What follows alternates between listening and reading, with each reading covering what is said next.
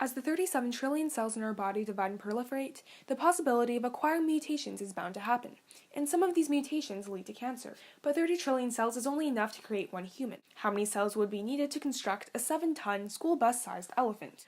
Well, a lot. So statistically speaking, these massive creatures should be getting a lot of cancer. But that's not what's happening. Around 5% of elephants die from cancer, which is astoundingly less than the 25% of humans.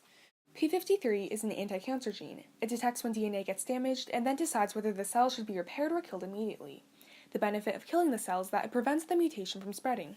In 2015, a research group discovered that elephants have 20 copies of the P53 gene, compared to the one that we humans have. More curiously, they discovered that as the cell has the two options of repairing or dying, the P53 gene in elephants disproportionately chooses the dying route.